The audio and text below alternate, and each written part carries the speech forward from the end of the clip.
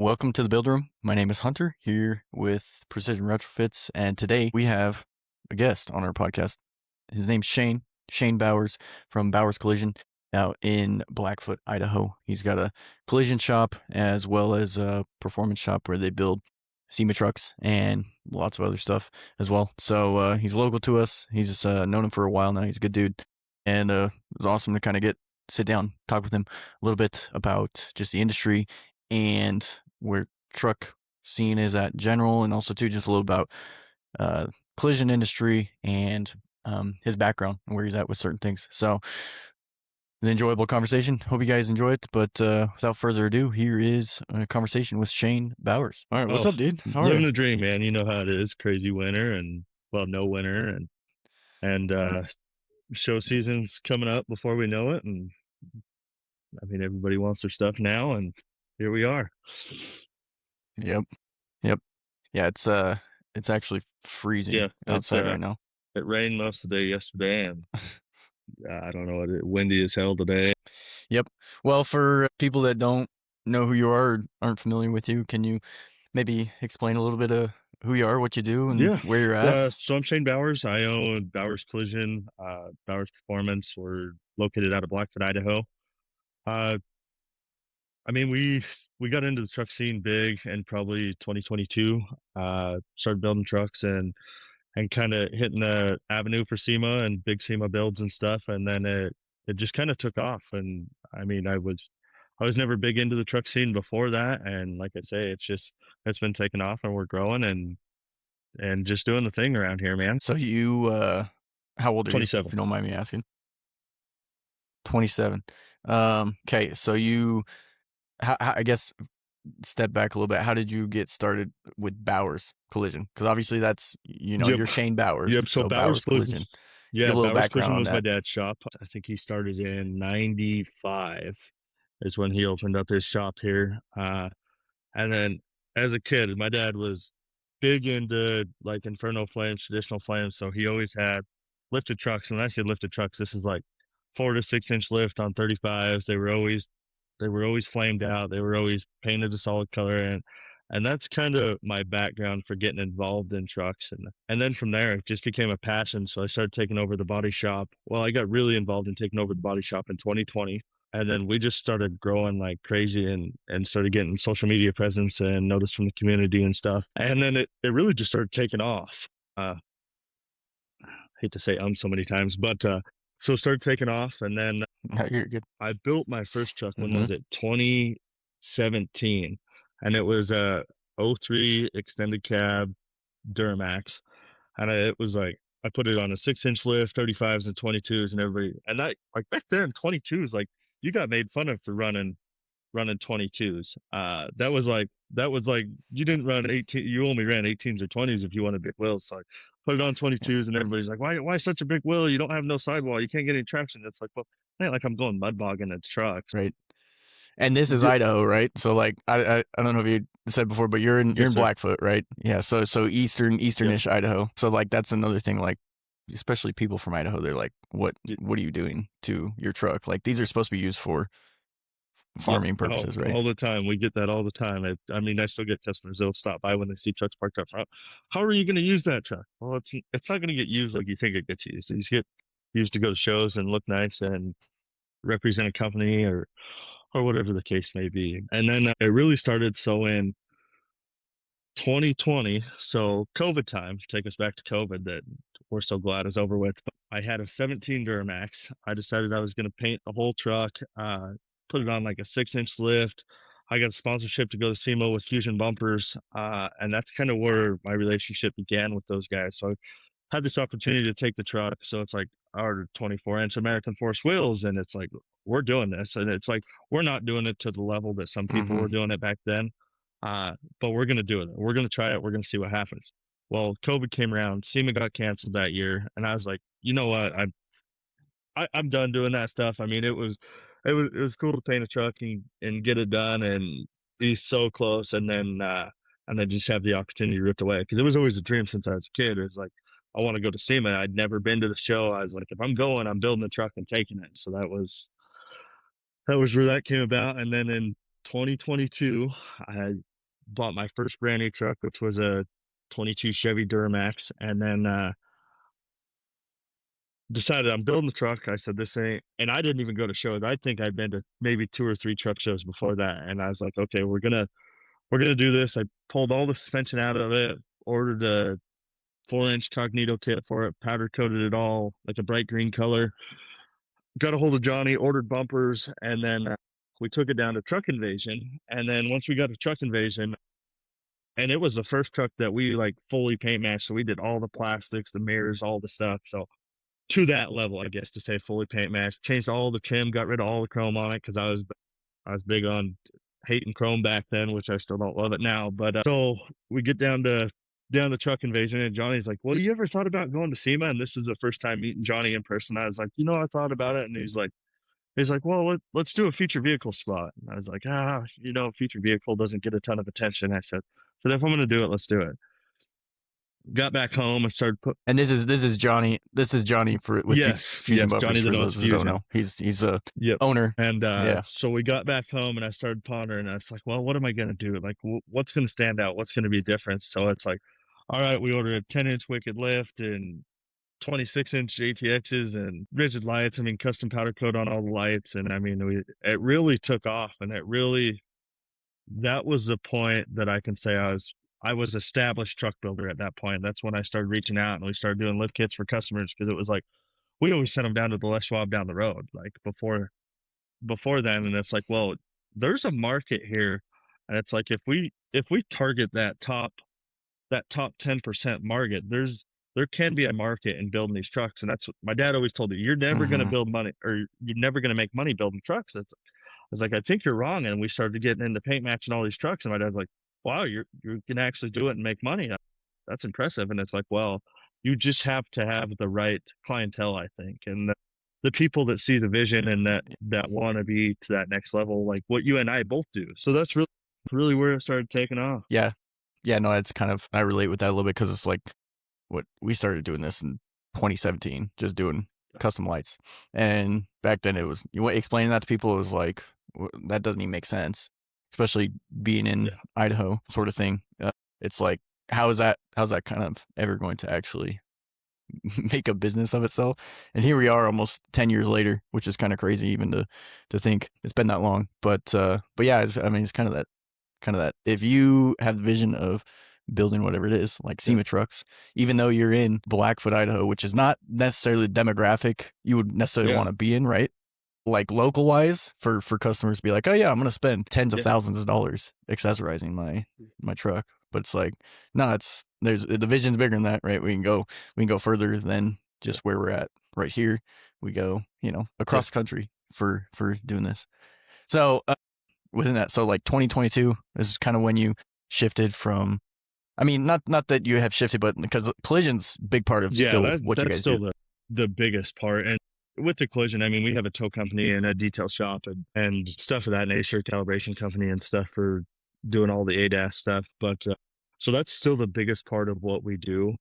But the insurance world's so unknown. Like, we had one of the weirdest winters that we've ever had this year. So it's like, okay, we've got to transition into something else, for not to say a backup plan, but it's like, it's something I love to do. So it's like, why not split it and do Mm-hmm. both? Well, it's like, yeah, it's Yeah. diversifying, right? When you're have just collision, and I'm assuming you had a weird winter, meaning it was a Yeah. little less busy than what you typically Yeah. would Just like, no right? snow, no snow that stuck around. So it's just, So when all your eggs are in the one basket and you don't have that collision work, yeah. you can kind of bounce around to, okay, well, maybe we reach out and get some clientele with custom Yeah. stuff, whether it's paint match, or maybe there's somebody that's been wanting to build a SEMA truck. We have some downtime, we can knock some stuff Yeah. out for them, versus only being stuck to just Yeah. collision work. So kind of in that, along the lines of collision work, because that's something that I'm actually not too familiar with, because we obviously Yeah. don't deal with that. But it's what I guess within that, because that's kind of, I would say, wouldn't you say, where you kind of pay the Yeah. bills a Oh, little yeah. bit? Yeah. That's the main part of our business. Yeah. What what's that world kind of look like right now? What are the challenges? Uh, What are the good things within I that? mean, the good things with the insurance companies, like when you get a bill you're not waiting on a customer to pay it, or they don't have money to pay a bill when you get it all said and done. You know as well as I do, you've ran into those situations. You get somebody's bill done, and it's like, oh, well, will you take payments? Well, no, we agreed on $10,000, and you told me you needed 2 weeks to come up with it, and here we're at 3 weeks, and your bill's done, and you have $1,000. So that can I can Mm-hmm. say that's a pro to it, but it takes a lot of legwork. So I've got 15 employees in my shop, and I have 4 full-time employees that all they do is fight with insurance companies. That's all they do is argue and try to prove, hey, this procedure is needed, and they try to tell you, oh, that's not standard, that's not standard. Well, that's how they're trained. So it's literally just a fight. And then the next fight you got is insurance companies like to steer customers to what they call a DRP shop, which is like direct repair. So that's a contract that a shop signed with an insurance company that says they'll do the work for a cheaper rate, but in terms that the insurance company will push the work to them. They're doing the repair that the insurance company wants to be done versus the repair that the OEM requires, or that we feel is best fit for the customer and best fit for the car's needs and fact of safety and stuff like that comes to mind. So we try to do Mm-hmm. the absolute best repair possible, and that follows all the OEM guidelines.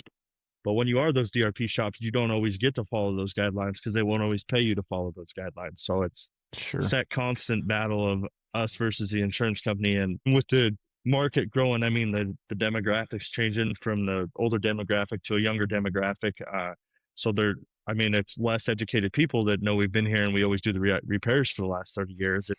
It's, oh, Mm-hmm. my insurance company told me to take it here, and then they're bringing it back to us, and oh, well, this shop did a shitty ass job, and then it's trying to figure out who's going to pay us to redo that, whether it's an insurance company or the customer's going to have to be paying for it because they won't honor those, they won't stand up to the type of repairs that they've done. So Okay. that's a huge part of our Interesting. focus, and a huge litigation thing, and a huge liability because like there's so much ADAS equipment involved in these cars, all the self-driving and all the radars and how they work. And the nice thing for me with having that knowledge with building trucks, so that takes into Mm-hmm. effect like when we're trying to program radars and why this doesn't work and the angles and stuff that things need to be set at. So that, I mean, it's a nice background to have just for that Mm-hmm. fact of what we do. It's like, so if we run into a problem, it's an easy fix, or it's pull it in, let's recalibrate it and go from there. Sure. Okay, so like a little bit of how your shop works. You said you got 15 employees, right? Yeah, Um, 15 what? in the body shop and then 4 Okay, up front. okay. So out of those, so you got 4 front. What are the other 11 doing? So, I mean, from everything, I've got 2 painters, 2 full-time painters. I've got 2 full-time preppers. I've got a production manager out in the shop, and then I've got, what is there? 1, 2, 3, 4. So I've got, we call them disassembly technicians. So I've got 2 Yeah. disassembly technicians that all they do is pretty much take stuff apart and put it back together. And then I've got four four body guys that all they Okay. do is medium to heavy repairs. So just a lot of just following OEM procedures on how to change quarter panels or whatever the case they're doing is on that repair. And then Okay. I think I've got 4 detailers and then 1 full-time record driver. Okay. Okay. Interesting. Okay. Yeah, it's I think the way that businesses function, like that's kind of interesting to me. Obviously, I kind of run a business, but also like the way that Yeah. you have things set up and how the logistics of that work. And I mean, obviously, if somebody that hasn't had employees before or just managing that, it's kind of a different world of just like Yeah. kind Uh, of managing the employees best way and I explain it is it's like, okay, every person has their problems. And when I'm an employer, I have all my employees have their problems, and those are now my problems because they affect us business yeah, wise, whether it's problems at home or problems related right. to work or this or a girlfriend or this or that. And but that all comes down to effect on us, and how production works is probably the best way to explain it. And employees are hard. I mean, there's a reason that AI is so driven anymore, but in things like mine and your world, there's not. I mean, they haven't developed the robots yet to come out and do the actual Right. hands-on work Mm-hmm. and but but I think it's coming. I mean, they have robots that are spraying cars and stuff now, and I think that's with time. Yeah. The nice thing, Yep. robots don't have sick days. The robots aren't gonna show up and be going through stuff. It's like, okay, what the robot needs fixed, we fix it, and that's where the world's going. But Yep. Yeah. We'll see. I guess what happens, obviously, but I don't know. I think being able to have, like, yes, you have the things that come along with employees being humans, but also Yeah, too, you get like the actual human aspect of like working with another human of like, yeah, all right, like, so you do have issues, whether it's financially or whatever it is. Let's, you know, let's figure that out versus just being like, all right, you take care of that by yourself. You're here to work. At least, you know, that's how I like to operate. Is like, okay, let's figure this out versus just you shoving that under the rug, and then yeah, working while that's still under the rug. Versus like, let's figure this out. yeah, So yes, lots of. There's a lot more that goes into just being a shop owner slash boss, and it's just like, oh yes, I make the decisions, I pay the bills, I make all the money, as yeah, like what maybe employees think or people on the outside yeah, looking in would think. yeah.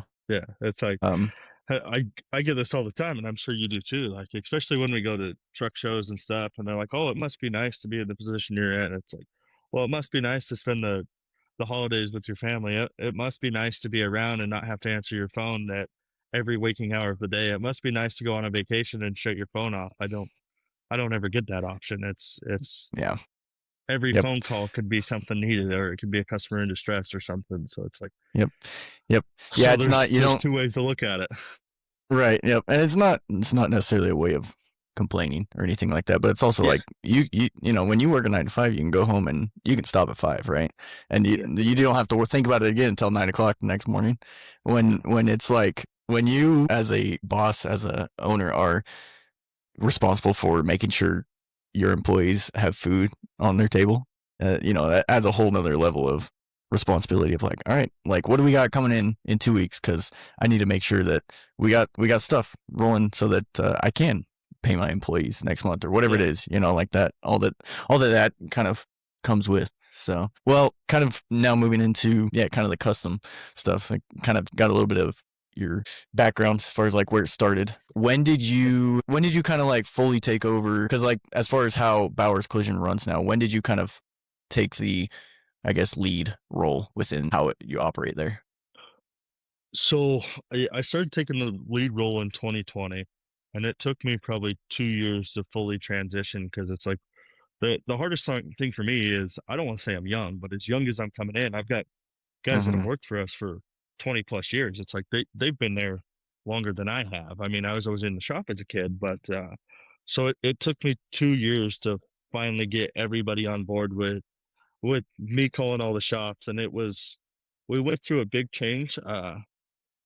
Big change. So when I say taking over, my dad was old school. It's like he was on the if it's not broke, don't fix it type of thing. And it's like Yeah. me, I was so industry driven. So it's like let's transition to the new ways. Let's be the ones leading the change instead of the ones following the change. So Mm-hmm. that was my biggest thing with the body shop. And it took 2 years of, hey, we're gonna do this and getting employees on board. And it's like because when you come in and say you're changing everything, and it's like, oh, they're looking at a young kid, they look at it and say, oh, what's this guy now? Well, it Mm-hmm. was just a let's change and I'll prove it to you. If it don't work, so Mm-hmm. I'll eat my own words. Like, and it's every change that we put into place has went so extremely well. And like I say, it took a year or 2 years to get everybody fully on board. And now that everybody is fully on board, they welcome the change. Anytime we present something new, they're like, yeah, well, awesome, let's try it. If it makes us more efficient, and or if it makes the shop more money or us more money, like we're down to try it. So that was a couple years. So I mean,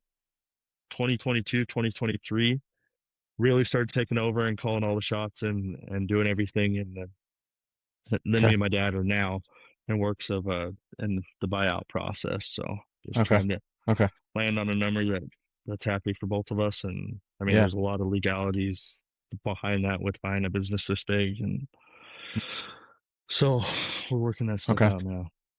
So you're kind of back to like some SEMA stuff, and just kind of the truck building, I guess, atmosphere. You kind of at 2020, right, was when you Yeah. wanted to step into it a little bit more. So when was the first time you actually went to? We'll just say SEMA because it is kind of one of the, I Yeah. guess, So premier shows. it was 2022 when I built that truck. So when I built my high country and took it to SEMA, that was the first time I had ever been to the show. I mean, other Okay. than watching some stuff on Okay. YouTube, that was the first time. I always said if I'm going, I'm building a Okay. truck, and Is that and is that that's is that your blue? You still have that truck, yeah?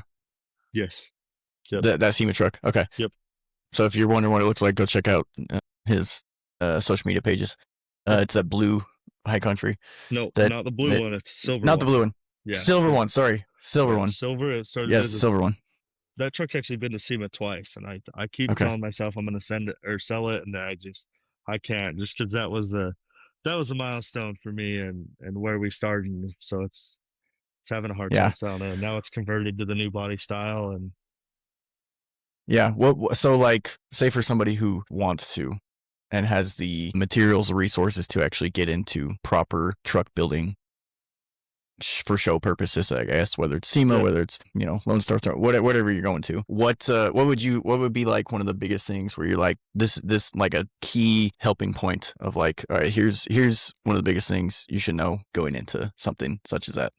it's expensive. It's expensive to start, and it's expensive to start and be good, but trying to build the clientele that you want to build just comes with time. And it's like yeah, you can pay for followers or whatever you do on social media, but I think if you organically grow, don't try to outgrow yourself, or you're gonna end up Mm-hmm. in a hot shit. Like I say, then you're trying to redo stuff or you're trying to rush through stuff. Just organically grow. Just grow naturally and let time take its course because it does take time. And if something does come up, like I mean, you know as well as I do, something comes up on a build and something's not perfect or something. Be the shop that makes sure they take care of that. Be the guy that stands behind their work because nothing will trash your name faster than one not putting out quality Mm-hmm. work and then two not standing behind the work you put out. Like I say, Mm-hmm. the stuff happens with us. I'm sure stuff happens with you. Mm-hmm. You don't like to say all the time, but stuff does happen, and Sure. it's like just make sure you're taking care of it. Yep. Yep. And that, yeah, for sure. Because I think you're naive to think that that doesn't happen, right? I mean, Yeah, we're humans doing a service based business, yeah, so like stuff is going to, whether it's you, whether it's your employee, whether it's yeah, just the natural way life works, like issues will arise. And but I think like biggest thing, especially that I've learned too, it's like as much as you want to just kind of like ignore it, let it go yeah, away, deal with the problem because most of the time customers are a lot more understanding of like, oh, like okay, they see there's an yeah, issue, taking accountability for it, whether it's you messed up on this paint job or you messed up on whatever it may be, and then fixing it versus just being like, all right, ignore it long enough, they'll go away. Because again, to your point, it proves you as a legitimate shop, as a yeah, legitimate whatever you're doing yeah. to actually take care of that before moving forward.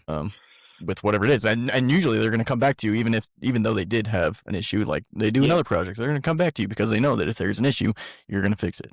Yeah, yeah, 100%. And that's the hardest thing to learn because it's like, okay, well, now I'm losing money to essentially do that job, but Yeah. I'd rather lose money and keep the good word of mouth and keep them because it's like, okay, and then you just got to explain it to the customer, like, hey, these things happen. Like, luckily, it doesn't happen often. Just Mm-hmm. get it back to us. I'm more than happy to take care of it for you, and then throw in like what I'll do, like if I have to have a customer come back for something that's not like a 5 minute fix, I'll actually throw in and redetail their car like while it's here. It's like, Yeah. okay, let's get it redetailed.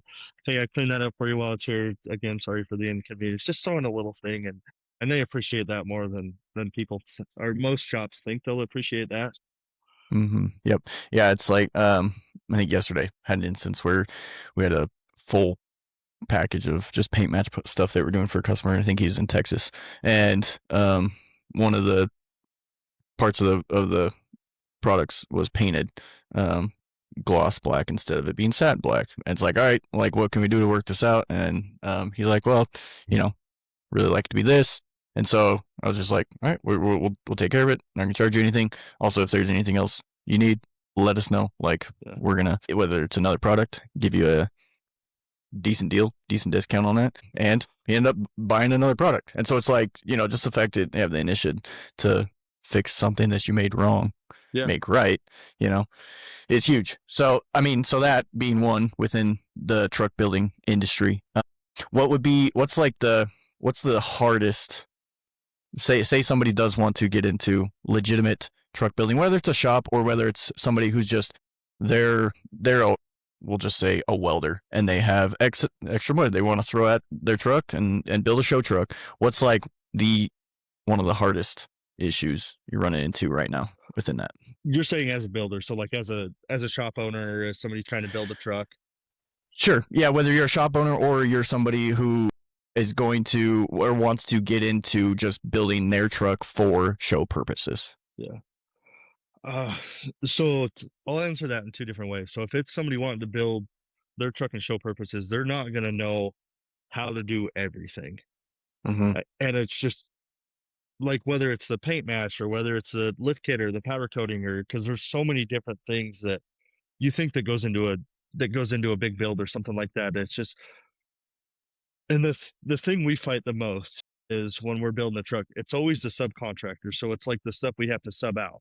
It's like, because they're not on the same deadlines that we're on. We're not on the same communication basis. I can't check that Mm, every day without annoying somebody. Like when stuff's at powder coat, it's like, hey, I need it by this date. Well, I'm busy too. Well, this was planned 3 months ahead. You knew this was coming. This was the days. Oh yeah, well we picked up since then. And so that's the hardest thing I think you fight. And just make sure you do your research. Like if you are subbing stuff out to somebody else, whether it's your lift kit install or your powder coat or this or that or your paint match or I mean, any yeah. part of it. If you're subbing a portion of it out, because I don't think there's one shop that does absolutely everything. Like us, Mm-hmm. we don't do the headlights, we don't do the powder coat. So just make sure you do your research. And luckily for us, we've built a good enough relationship. So when I send stuff to you, we're on the same. We've built that relationship.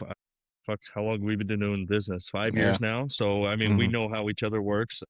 When you send an invoice, I pay it. When I send it to you, this is what your lead time is. Mm-hmm. This is a product I'm going to get back, and so, like I say, you're not going to be able to do everything in this built not bought motto that's going on Instagram and TikTok. That's the hardest thing to try and separate yourself from, because it's like all these guys that are saying they built their own truck. Well, you didn't do everything. You didn't manufacture the parts. You didn't do the engine work. You didn't do this. So it's like just give people grace and just and I've learned no matter what the hell you're going to build, you got to be able to take criticism, because somebody's going to talk shit somewhere. Somebody's not going to like this. Somebody's just going to think your wheels are too big. Somebody's going to think your wheels aren't big enough. Somebody's going to think your truck should have been lowered versus lifted. And it's like, be able to take criticism, and not anymore. And like now, it used to like really piss me off, but I just brush that stuff off my shoulder anymore. Like, oh, you don't like it, dude. It's not your truck and you didn't pay for it. Yeah. So it's, Yep. Yep. Yep. There's lots of other trucks out there for you to like if you want to find one, right? Versus just taking it personal and then because then when you do that, then it's like, all right, you question everything you do, right? yeah, When it comes to that point, versus just actually like, all right, it's not going to be everyone's cup of tea. That's all right. Let's yeah, do the next thing. So yeah, so I hear what you're saying. It's kind of relationships are yeah, huge within yeah, kind of just truck building, kind of being able to partner with somebody like a shop such as yours, be like, all right, these dudes know what they're doing. yeah, I can trust them to, if they need to outsource a powder coat, if they need to, yeah, whatever wheel company they're using, whatever, yeah. suspension company.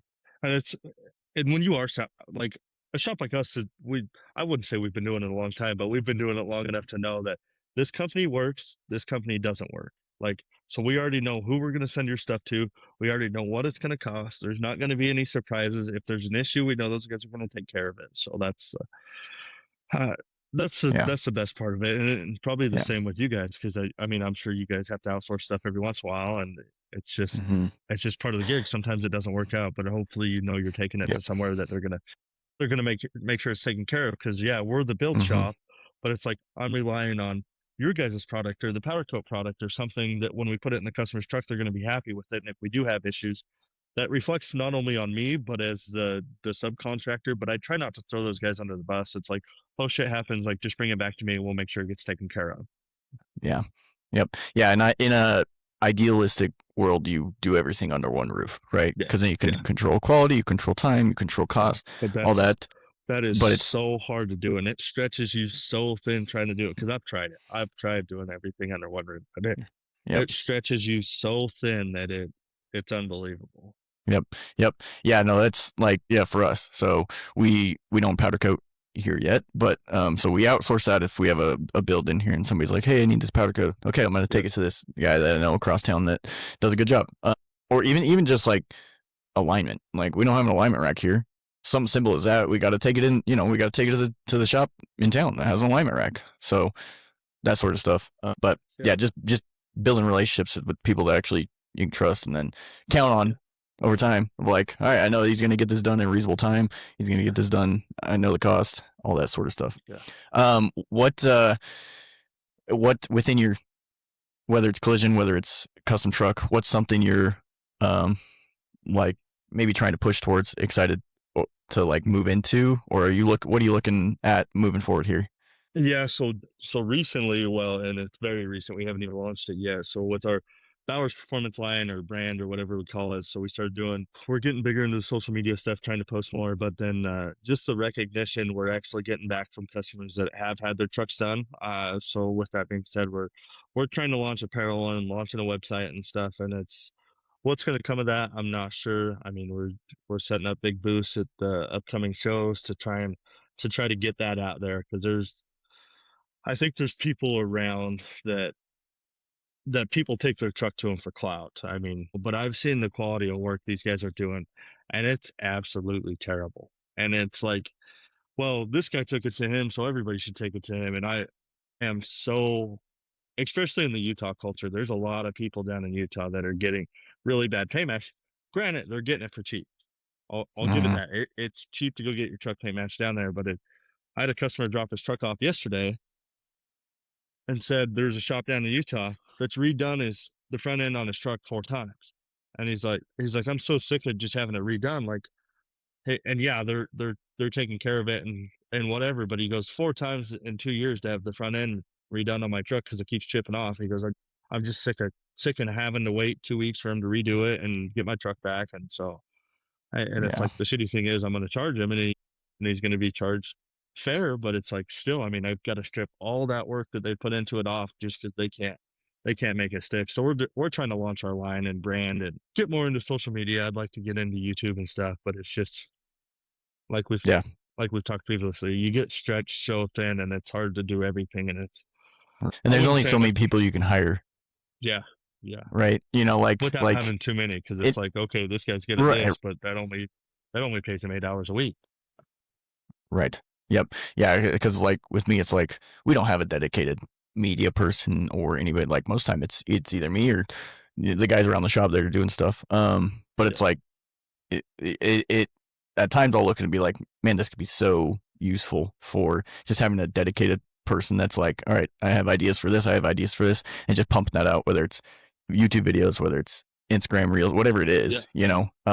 And so it's just, but it's also at the same time, like you're saying, that's maybe a few hours a week, and somebody does typically people don't want to work a part-time job that gives them 8 hours, and then they have to find something else, you know. So it's, but I do think like I don't know. I mean, the more and more kind of exist in this world, whether or not you like it, social media and YouTube, like that stuff, kind of just it covers so much space in yeah terms of customers or potential customers or just people knowing about you.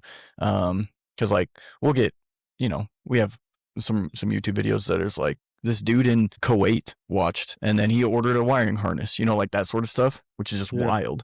Yeah, that's But it's crazy. like if I have a video that showed how we did this guy would have never seen us, never would have ordered it. And so it's just like I think one of the biggest things I've been trying to figure out recently is like, okay, what are we good at for one? What do we do well? What actually, because there's a lot of stuff that I really like to do, but it doesn't necessarily make any Right. money. You know what I'm saying? So it's like, okay, what actually makes money?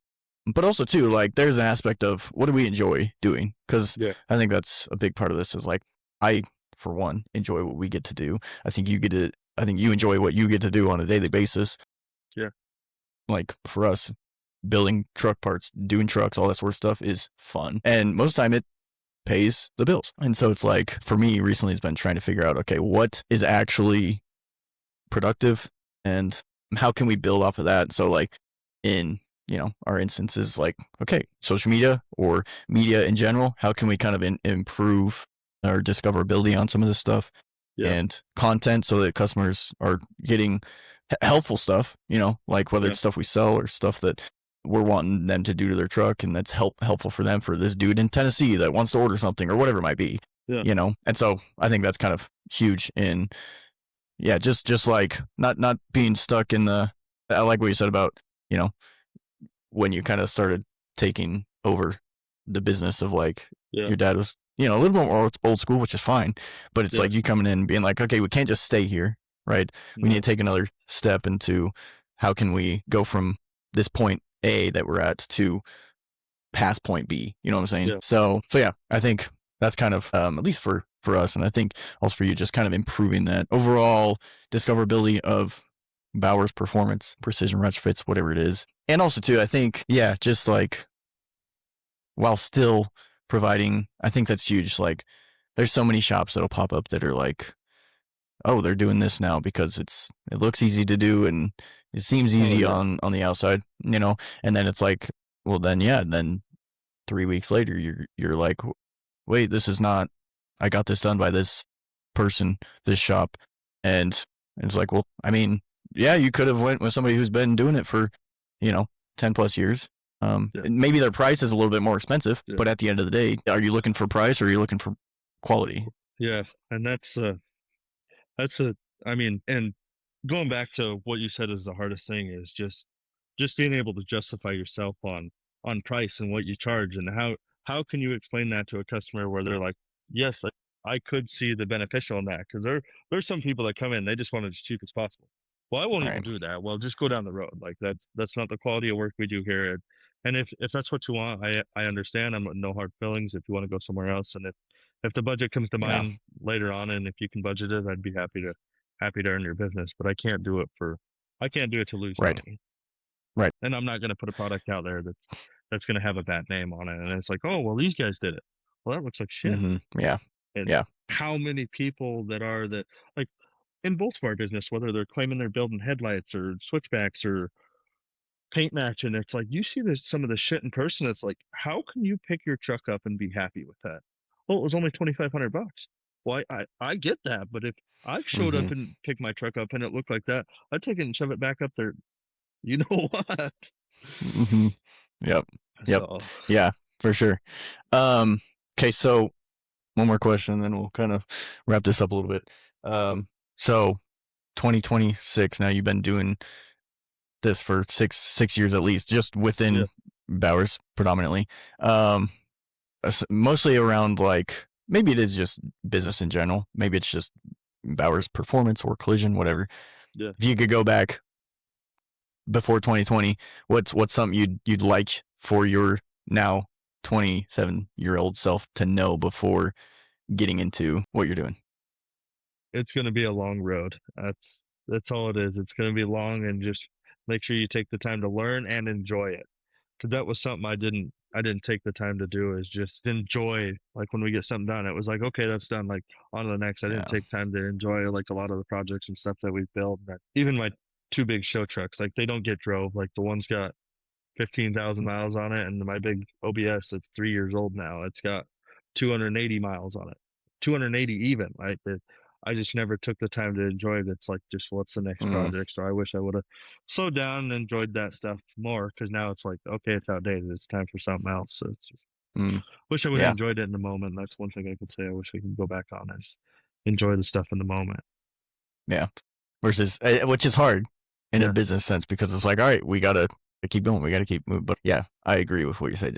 At least I think taking enjoyment in what you do, yeah, and whether it's how you interact with your employees, whether it's how you build this truck, how you interact with customers, it's like yeah, take some time to actually like we're doing this for a reason, right? yeah, Like maybe your sole purpose is all right. I just need to make money. Hopefully, it's a little bit bigger than that, right?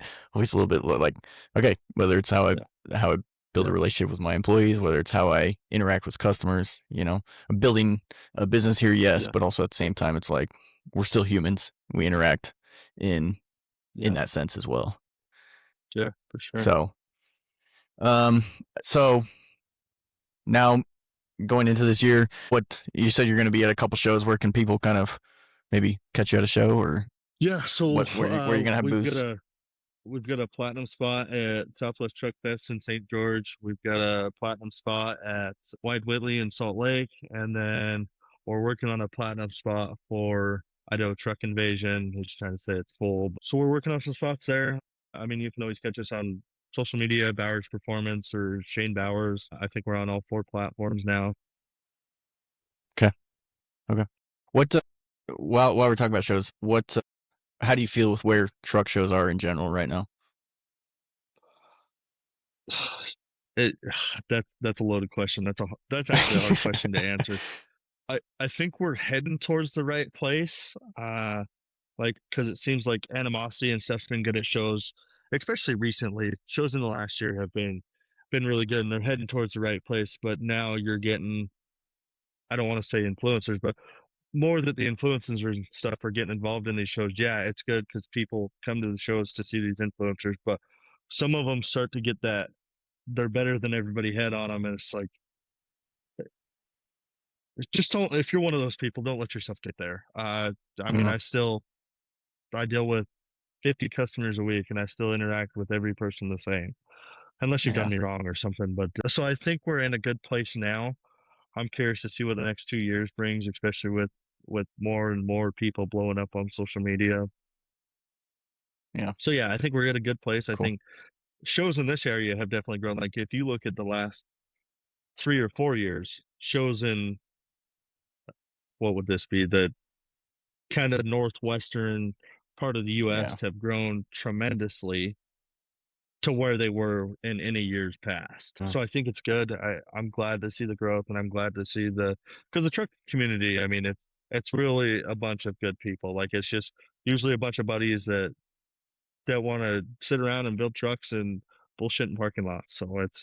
Yeah. So I think we're heading to good places. I just hope everybody stays mellow headed about it and don't let themselves get too high above the post, I guess would be a good way to put Yeah. that. But Kind of along those lines, where do you want to see Bauer's performance in 5 years? So like 2030, 2031. Do you want to, is your goal maybe to have a booth at SEMA? Is it to kind of, or, where do you see yourself? yeah, What's a aspiration? yeah, I don't know if I want to necessarily because I mean SEMA is a trade show and it's technically if you look at the lines of SEMA, it's for like parts manufacturers and parts vendors and stuff. So I don't know if we'll ever have a booth there. Luckily for us, like we have enough partners and stuff. But I mean, I would like to see us do 20 trucks a year, like 20 full SEMA build style trucks a year is where I'd like to see us be in the next 5 years. But it's just all Okay. about capturing that right clientele that has the same vision that you do. Yeah. Okay. But I think Um, it'll come with time. cool. Cool.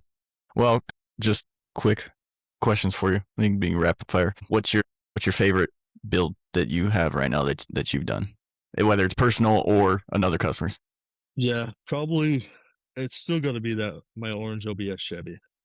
So Okay. on a Okay. 2011 Duramax chassis, Elevate 4-link, Super Duty axles. I mean, that's the most detailed build for sure, and the most one that took probably the most amount of time, 500 plus Wasn't hours what into building. was that truck? That was a family truck initially? No, no, No, you bought I it. Okay. I grew up in an OBS Chevy as a kid, and I always said I was going Okay. to own a crew cab OBS Chevy that was lifted, and I just took it to, I guess it'd be the next level when I said that's what I Yeah. wanted. Yeah. Yeah. So if you were to buy a new body truck right now, which one are you going with? Ford. Yeah, Super Duty, dually or just a 350?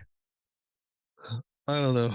Undecided. I mean, I really want to build a new 450 for myself, but the 22 350 I have does everything I need it to. So it's Yeah. just a want and a need in one hand, and which Right. one's heavier? The Yep. want and the 450 is that's really tempting, but Yeah. I mean, they get really expensive really quick. So budget removed, how would you build it right now?